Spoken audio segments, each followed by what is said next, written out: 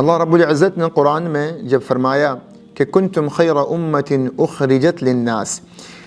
امت محمدیہ صلی اللہ علیہ وسلم ایک بہترین امت کیسی ہے، اس کی جو بنیادی طور پہ جو اللہ رب العزت نے قرآن میں ہی اس کی وجہ بیان کی ہے وہ یہ بیان کی ہے کہ کنتم خیر امت، تم ایک بہترین امت ہو، اخرجت للناس، اس دنیا میں بھیجی گئی ہو، تأمرون بالمعروف، تم نیکی کی طرف دعوت دیتے ہو، تم بھلائی کی طرف لوگوں کو راغب کرتے ہو، وتنہون عن المنکر، اور تم برائی سے روکتے ہو۔ اب اگر کوئی مسلمان ہے جو کہ اپنے آپ کو لا الہ الا اللہ محمد رسول اللہ کے امبریلا کے نیچے اگر اپنے آپ کو اگر دیکھتا ہے اور اس کے اندر اگر اس بات کا عنصر نہیں ہے کہ وہ لوگوں کو خیر کی طرف دعوت دے اور برائی سے اگر لوگوں کو وہ روکتا نہیں ہے، اگر یہ دو کام نہیں کرتا وہ، تو وہ پھر بہترین امت میں سے اس کا شمار نہیں ہوگا معاذ اللہ۔ وجہ کیا ہے کہ اگر آپ یہ ڈکلیئر کرتے ہیں کہ آپ لا الہ الا اللہ محمد رسول اللہ کو ماننے والے، اس کو بولنے والے، اس پہ عمل کرنے والے ہیں، تو یہ ضروری ہے کہ اس بات کو آگے تک پھیلانا۔ نبی مصطفیٰ صلی اللہ علیہ وسلم نے امت سے کچھ بھی نہیں مانگا، کوئی وصیت نہیں مانگی، حجۃ الوداع میں صرف یہ مانگا کہ جو لوگ حاضر ہیں وہ غائبین تک، وہ دوسروں تک اس دین کو پھیلائیں، اس دین کی بات لوگوں تک پہنچا سکیں۔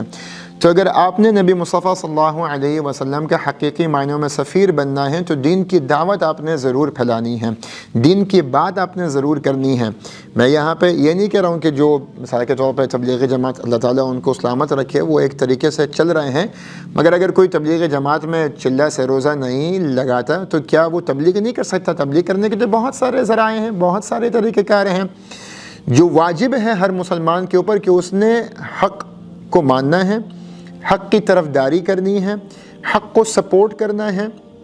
اور حق کی دعوت دینی ہے، لوگوں کو نیکی کی طرف لوگوں کو راغب کرنا ہے۔ اور برائی کو اگر وہ دیکھے گا تو برائی کو اپنی زبان سے، اپنے ہاتھوں سے، اپنے ایکشن سے، اپنے دل سے اس برائی کو، اس برے کو برا سمجھے گا اور برائی سے لوگوں کو روکے گا۔ یہ سب کے اوپر واجب ہے،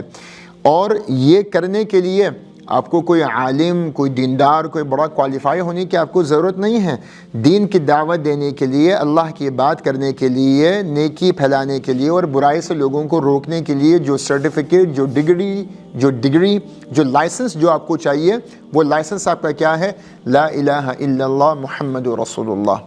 امر بالمعروف نہی عن المنکر، نیکی کی طرف دعوت دینا اور برائی سے روکنے کے لیے جو لائسنس چاہیے نا آپ کو، وہ صرف لا الہ الا اللہ ہے اور محمد رسول اللہ۔ اگر آپ لا الہ الا اللہ اور محمد رسول اللہ ماننے والے اور بولنے والے ہیں اور اس پہ عمل کرنے والے ہیں، تو آپ کے پاس یہ کریڈینشلز ہیں، آپ کے پاس یہ کوالیفیکیشن ہے، آپ کے پاس یہ رسپانسبلٹی ہے کہ آپ نے نیکی کی طرف لوگوں کو راغب کرنا ہے، نیکی کی دعوت دینی اور برائی سے آپ نے لوگوں کو روکنا ہے۔ کبھی کبھار ایسا ہوتا ہے کہ ہمارے شاید الفاظ اچھے نہیں ہوتے، ہمارے بولنے کا انداز اچھا نہیں ہوتا، ہمارے پاس اچھی ووکیبلری نہیں ہوتی، ہمارے پاس جو ہے نا وہ شاید کانفیڈنس نہیں ہوتا ہے، ثقہ بالنفس نہیں ہوتا ہے لوگوں کے سامنے بات کرنے کا۔ اور آپ دیکھیں کہ موسیٰ علیہ السلام کی زبان میں بھی لکنت تھی، میری بھی زبان میں تھوڑی سی لکنت ہے، اور اللہ رب العزت نے موسیٰ علیہ السلام کو دعوت دینے کے لیے کہا، کس کو؟ فرعون کو، جس نے یہ ڈکلیئر کیا تھا کہ وہ معاذ اللہ خدا ہے۔ ایسے فرعون نما شخص کو موسیٰ علیہ السلام کو کہا کہ اس کو دعوت دو لکنت کے باوجود،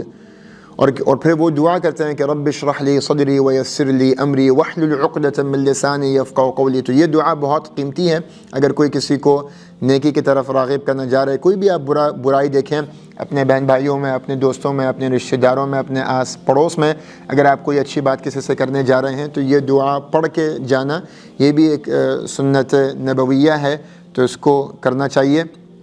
اور اللہ رب العزت نے جو ہے وہ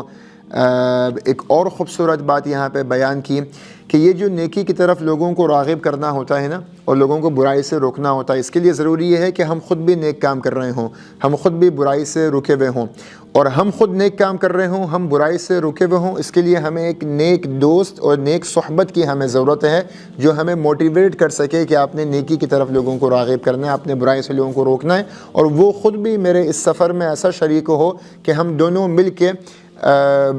دین کی دعوت کر سکیں، تو دین کی دعوت دے سکیں۔ تو اسی لیے موسیٰ علیہ السلام نے پھر کہا کہ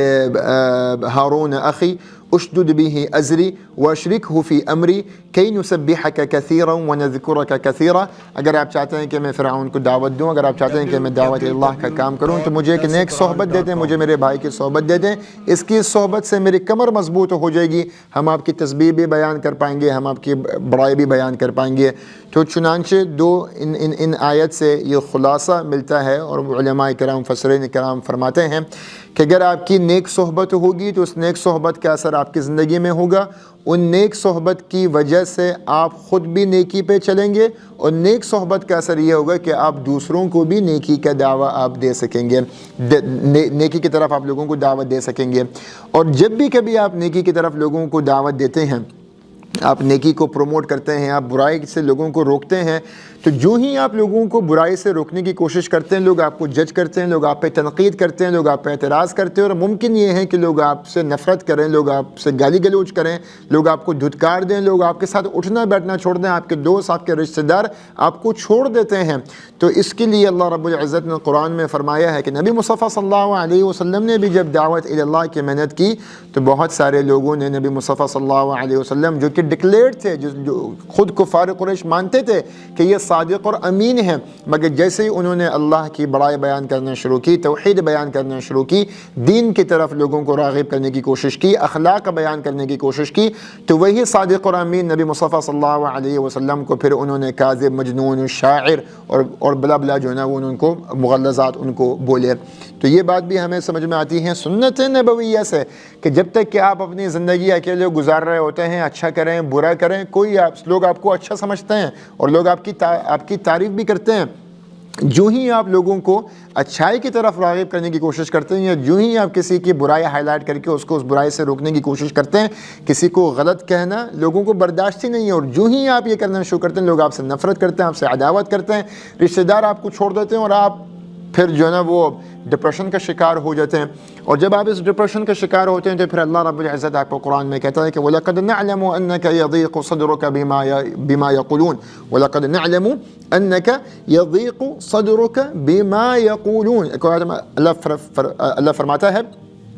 وَلَا تَحْزَنْ عَلَيْهِمْ وَلَا تَكُ فِي ضَيْقٍ مِّمَّا يَمْكُرُونَ إِنَّ اللَّهَ مَعَ الَّذِينَ اتَّقَوْا وَالَّذِينَ هُمْ مُحْسِنُونَ۔ تم اس بات کی پرواہ نہ کرو کہ لوگ تم کو کیا کہتے ہیں، اور جو لوگ تم کو کہتے ہیں تمہارا سینہ تنگ ہوتا ہے، اور اللہ جانتا ہے کہ تم اداس ہوتے ہو جب لوگ تمہاری برائیاں کرتے ہیں۔ کیوں؟ کیونکہ تم نے صرف ایک برائی کو روکنے کی تم نے کوشش کی ہے،